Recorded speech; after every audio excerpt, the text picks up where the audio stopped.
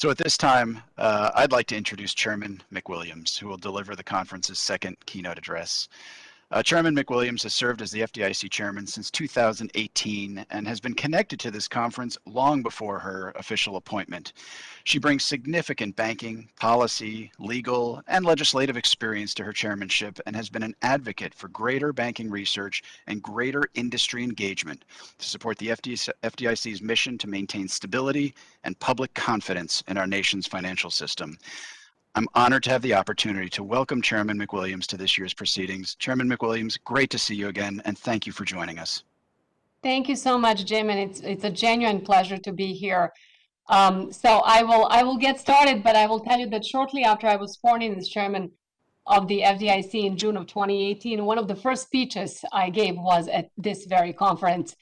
I had followed this conference for years in my former life, both as a government lawyer and as an industry lawyer, and I have come to understand and appreciate its value.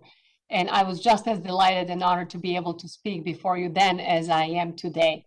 3 years ago, when I spoke here, I spoke to you about my commitment to strengthening the trust between the FDIC, other regulators, the public, and banks through transparency and accountability. Now, 3 years ago seems in many ways like eons ago. A regulator's years on the job, I have learned, are a bit like dog years. You age 7 years for each year of service, especially when in those 3 years you also respond to a pandemic and the resulting economic shutdowns. I could not have foreseen these events back in 2018, but had I been able to do so, I would have been even more excited about a new initiative we unveiled at this conference than which we called Trust Through Transparency. I noted then my belief that maintaining trust in the FDIC through transparency becomes even more important during times of economic stress. And surely, recent events have tested both that trust and our transparency. I'm pleased to report that both survived the pandemic, I believe intact, and if anything, I hope they strengthened our commitment to those very principles for the years to come. Last year, the spread of COVID-19 resulted in a public health emergency and ultimately led to large portions of the global economy being shut down nearly overnight. We did not know when the economy would reopen, how, what businesses would survive, which might fail, and whether consumers would continue to pay their bills. In order to shore up trust in our government institutions during a time of turmoil, transparency became even more important. I would say it became paramount. We worked around the clock to issue interim final rules and agency statements that clarify the agency's position on regulatory obligations, and we did so in a straightforward manner. Among other things, we issued a statement making clear that prudent modification to the terms of existing loans for affected customers of FDIC-supervised banks would not be subject to examiner criticism, and a statement encouraging institutions to use their capital and liquidity buffers in a safe and sound manner. Now, if you expected ever regulators to communicate those two things, then you're ahead of the game for me, because I didn't think those things could ever come from a regulatory agency, but we were in the middle of an unprecedented pandemic, and we were concerned what it would do to the ability of banks to work with their customers and make sure people can stay in their homes. We quickly sought to clarify accounting standards by working with the Financial Accounting Standards Board, FASB, to establish that short-term loan modifications made on a good faith basis in response to the pandemic were generally not trouble debt restructuring. This clarification was critical to allowing banks to modify loans to borrowers impacted by the pandemic and lockdowns. We rapidly increased our use of social media to get our message that the Americans' money was safe with our banks. We used the same channels to caution against pandemic-related fraud and scams. By being transparent, we sought to reinforce trust in our banking system when it needed it most. Since the pandemic started, the deposit base increased from $14.5 trillion to $18.7 trillion, far exceeding any deposit growth the FDIC has seen in the past. These inflows demonstrated confidence in the banking system and as individuals and businesses sought safety during an uncertain economic environment. Both during the pandemic and as we look forward to our other initiatives, Trust underpins the ability of the FDIC to fulfill its mandate to maintain stability and public confidence in the nation's financial system. More fundamentally, as unelected servants of the American people, we must be unfailing in our commitment to transparency to the public. Whether through soliciting feedback on rulemakings and other policy issuances, clearly explaining what we're doing and why, or working to make our rules as clear and understandable as we can and do so in a timely manner, transparency is the foundation for democratic participation in the administrative process and ultimately our accountability to the American people. At the FDIC, we're not just paying lip service to transparency. Instead, we're fostering a deeper culture of openness through direct actions. A first step in achieving transparency is communication. We must be accessible, understandable, and responsive. We have completely transformed the way the FDIC communicates with external stakeholders in the last 3 years. I often joke this is not your grandmother's FDIC, and if you need the proof, you should just go to our social media. First, we have continued to build a new section on our public website called Trust Through Transparency. This webpage provides a one-stop shop for the agency's own performance metrics for bank applications, bank examinations, and consumer protection and deposit insurance. It seems simple, but it is central to transparency. By sharing quantifiable metrics, including application turnaround time, in a clear and accessible manner, we are holding ourselves publicly accountable. The pandemic also brought to the fore the issue of technological preparedness for our increasingly virtual way of working. At the beginning of the mandatory telework period, we conceptualized a new virtual outreach center to support the agency's communications and stakeholder engagement efforts. Launched this month, this audiovisual production unit provides the FDIC the necessary technological capacity to use the full slate of modern communication methods to better inform our employees, bankers, and the public. We have also sought to meet the modern age by making sure we are social media savvy, such as by leveraging the hashtag #GetBanked handle to promote our initiative to get more Americans to initiate and reestablish banking relationships. We have used YouTube to showcase our new FDIC Explains video series, where FDIC staff explain concepts such as credit scores and deposit insurance in short 1 or 2 minute videos. Simply put, the FDIC is speaking more often, more clearly, and some may say more loudly. These strong communication channels are critical to our ability to work with stakeholders quickly and effectively during a crisis and to build their trust in our operations during normal times.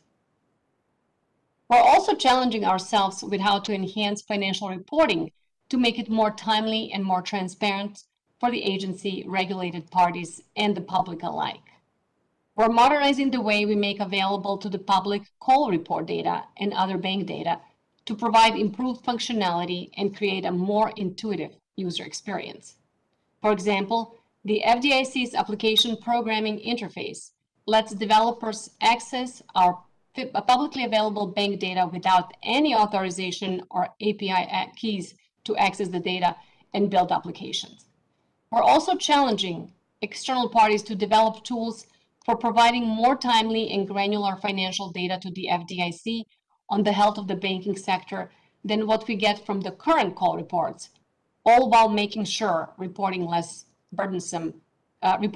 burdensome for banks. Although call reports provide critical data to the FDIC, they do so with several months delay, thereby reducing the utility of the reporting to the FDIC.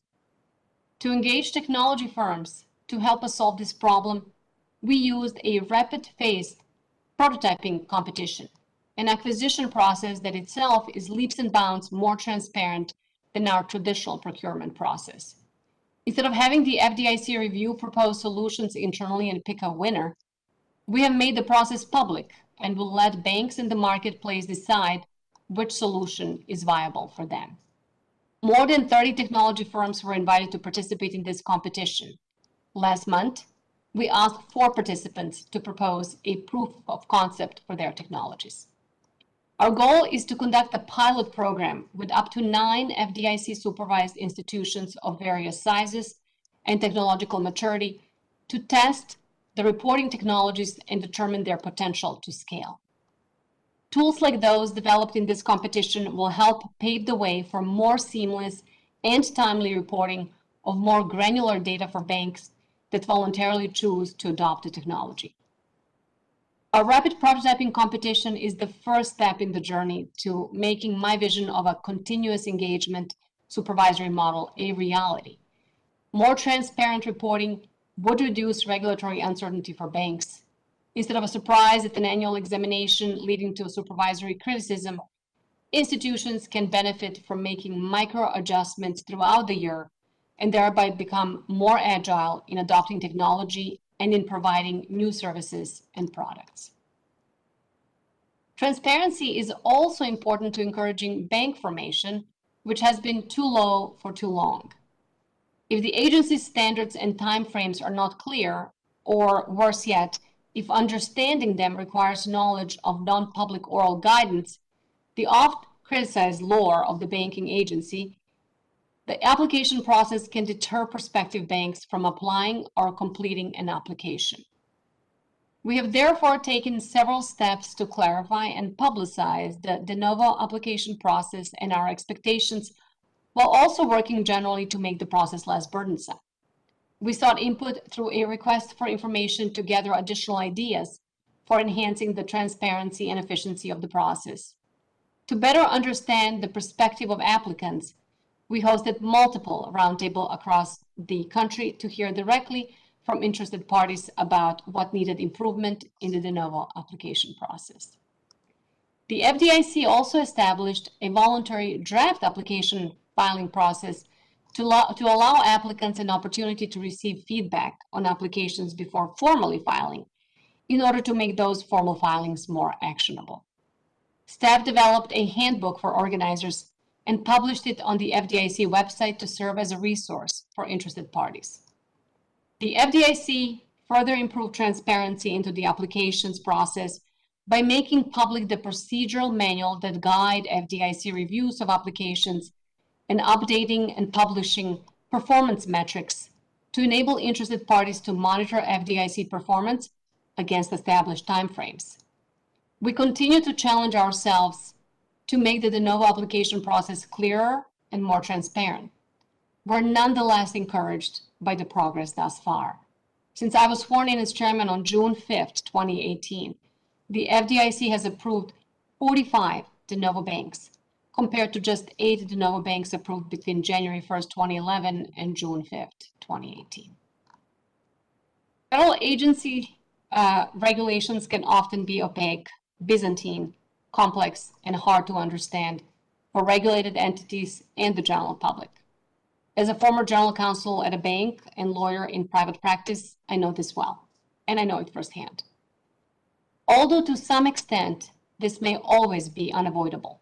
We have tried hard under my chairmanship to write rules that are as clear as possible and to lay out well-defined rules of the road for people and firms to follow. We have also tried to be more responsive to questions from regulated entities and from the public about our rules and policies. If you have questions or areas you do not understand or that you believe had not been answered adequately, please let us know. Since the beginning of my chairmanship, I have also tasked our staff with conducting a review of our regulations and guidance to identify and remove, modernize, or simplify unnecessary or redundant regulations and financial institutions letters. Since the fall of 2018, we have retired 590 financial institutions letters. Much of this removal was routine, but these routine housekeeping practices are important to making the current regulatory landscape more clear. Duplicative or functionally inactive guidance letters or regulations obfuscate our regulatory framework and our expectations, thereby making compliance with the FDIC's rules more difficult. In conclusion, as we look forward to the future, to the economy and country we want to build following the pandemic, enhancing trust in our public institutions should continue to be a guidepost to the decisions we make. The open democratic system that underpinned America's place in the 21st century was built upon an accessible, responsive, and most important, accountable government. This summer, I celebrated the 30th anniversary of my arrival in the United States from the former Yugoslavia. I have been thinking a lot about how I can use the position I humbly hold to give back to the country that adopted me.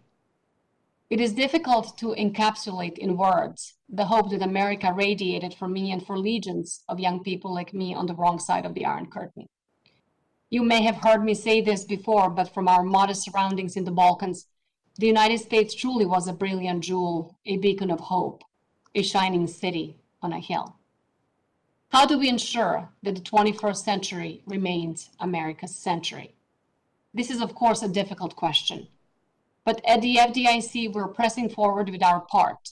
We're thoroughly and rigorously examining where we can increase our transparency to our stakeholders, be they regulated institutions, prospective banks, other government institutions, and the public.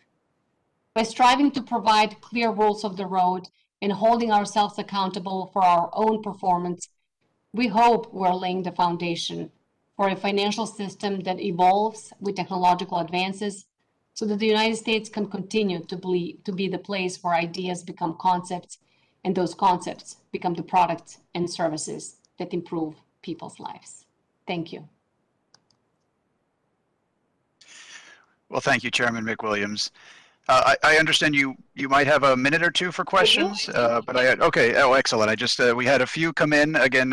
Some come in privately. I would like to also mention that you can certainly those of you who are participating, if you if you click on the chat box, you can ask the question there so that we can all see it as well and prepare, but you're more than welcome to send them directly to me as well.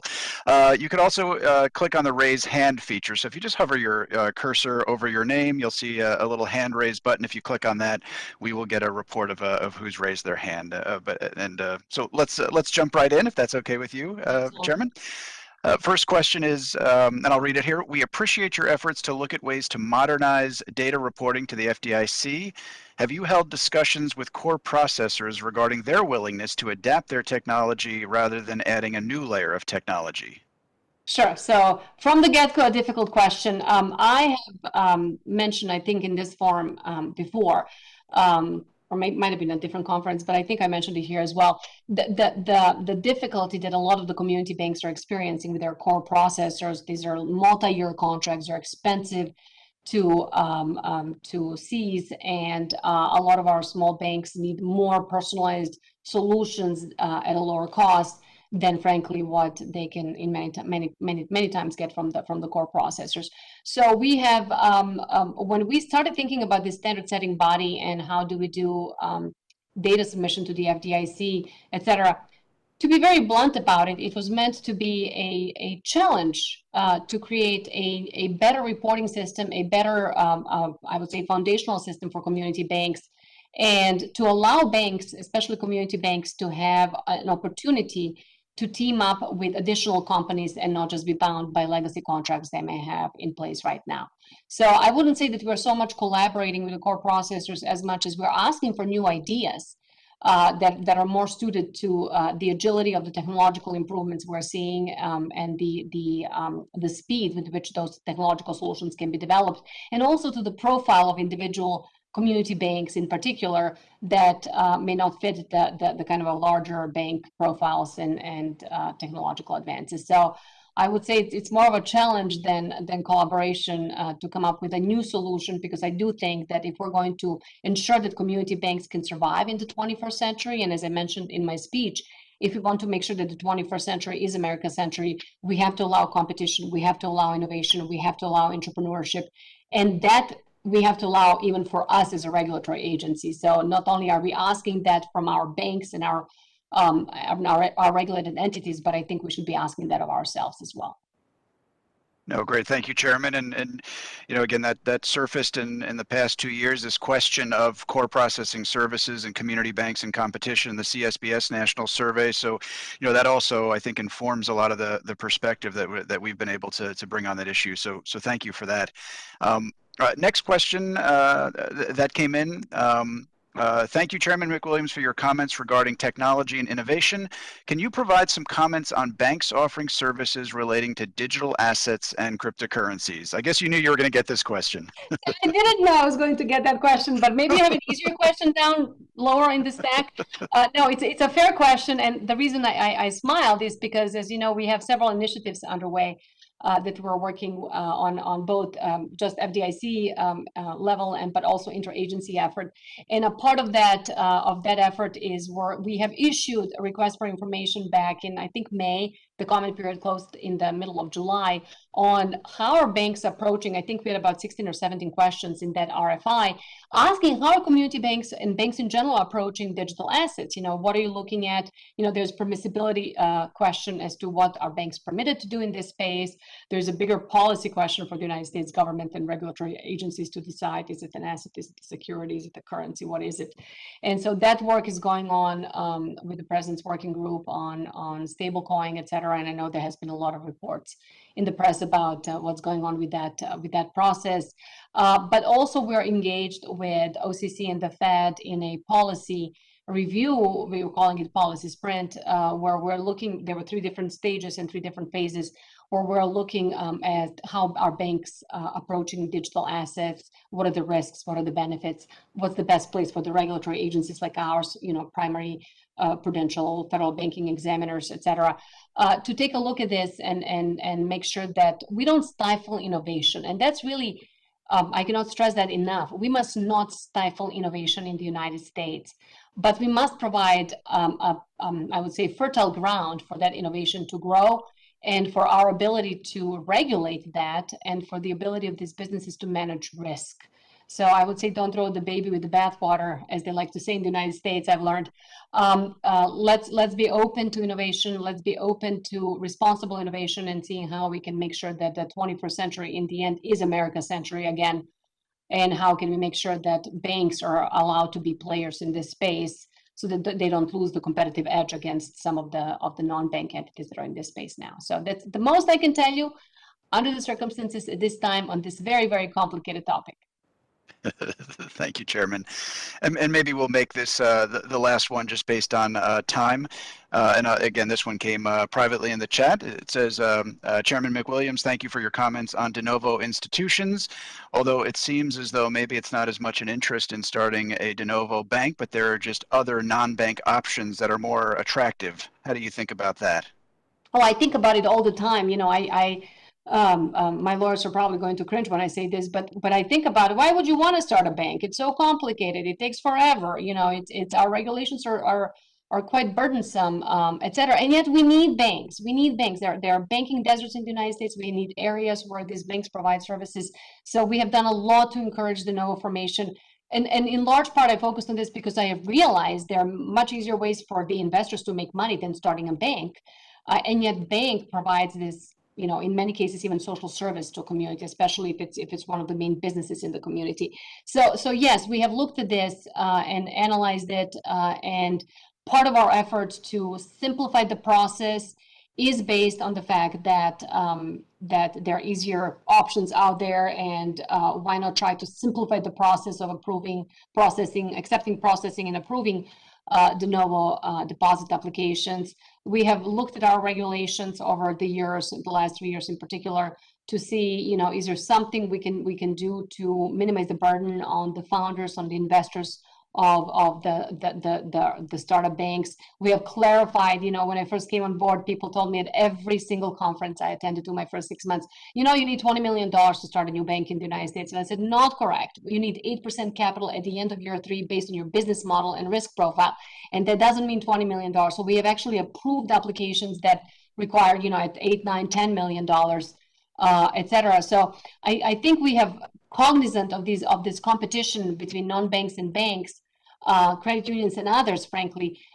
We want to encourage bank formation in the United States, and we have focused heavily on making sure that that community banks can continue, that the small banks can continue to start and flourish and become bigger banks, et cetera, so that there's constant movement in the system and diversification in the size, scope, the rural versus urban nature of the banks, et cetera. We have supported minority depository institutions heavily. We just created a mission-driven bank fund to help MDIs and CDFIs that are FDIC insured to create potential in their communities.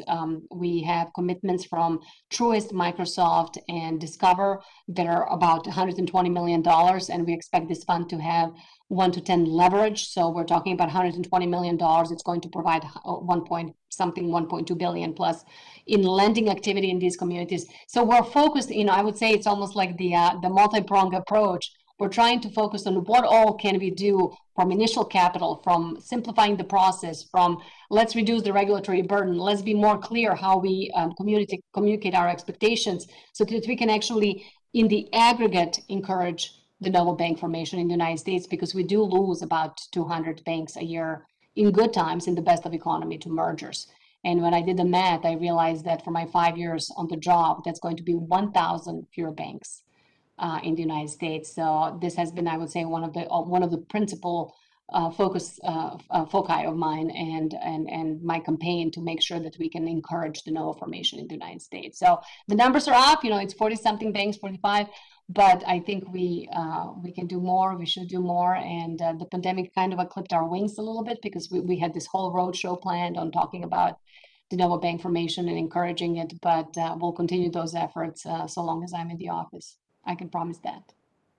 Well, great. Well, thank you very much. I know we are at time here, but let me echo those sentiments. We are looking forward to getting back in person for this conference, and look forward to seeing you in future years, hopefully in St. Louis. But Chairman McWilliams, it's been great in just a short span of time. You've covered soup tech, crypto, de novos. You hit the whole menu of issues that we are all aware of and continue to focus on. So thank you so much for your comments and for your engagement during the Q&A and for your continued support of this conference. We greatly appreciate your support and the support of your entire team that we have the privilege of working with as we plan this conference every year. So thank you. Thank you so much, and it's always my pleasure. I love this conference. Thank you for having it, and thank you for allowing us to be a good partner to you.